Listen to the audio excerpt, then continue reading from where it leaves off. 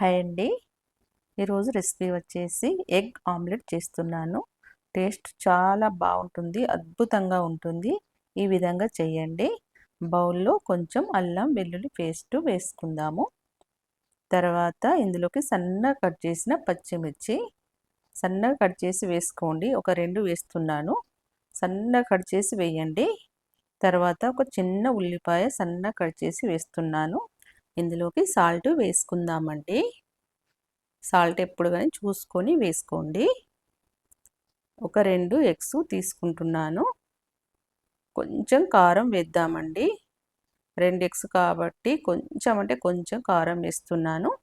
మీ ఇష్టం ఉంటే వేసుకోవచ్చు, లేకపోతే పచ్చిమిర్చితోని కూడా వేసుకోవచ్చు. కొందరికి పచ్చిమిర్చి ఇష్టం ఉండదు. అలాంటి వాళ్ళు మీరు కారంతోని కూడా వేసేసుకోవచ్చు.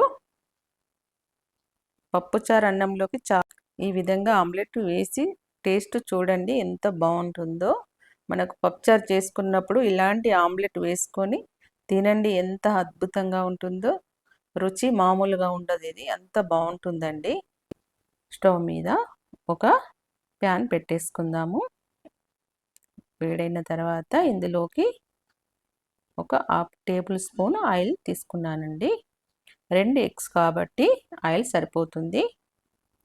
ఇప్పుడు ఆమ్లెట్ వేసేసుకుందాము. ఈ ఆమ్లెట్లో మనకు పచ్చిమిర్చి ఉల్లిపాయలు ఉన్నాయి కదండి, కాబట్టి ఒక 2 నిమిషాలు మూత పెడదాము. అలా అయితేనే ఆమ్లెట్ పర్ఫెక్ట్గా వస్తుంది. ఈ విధంగా ఆమ్లెట్ వేసి మీ ఇంట్లో పెట్టండి, ఎవరైనా ఇష్టంగా తింటారు. అంత బాగుంటుందండి రుచి. చాలా బాగా వచ్చింది ఆమ్లెట్. మళ్ళీ తింపేసుకుందాము.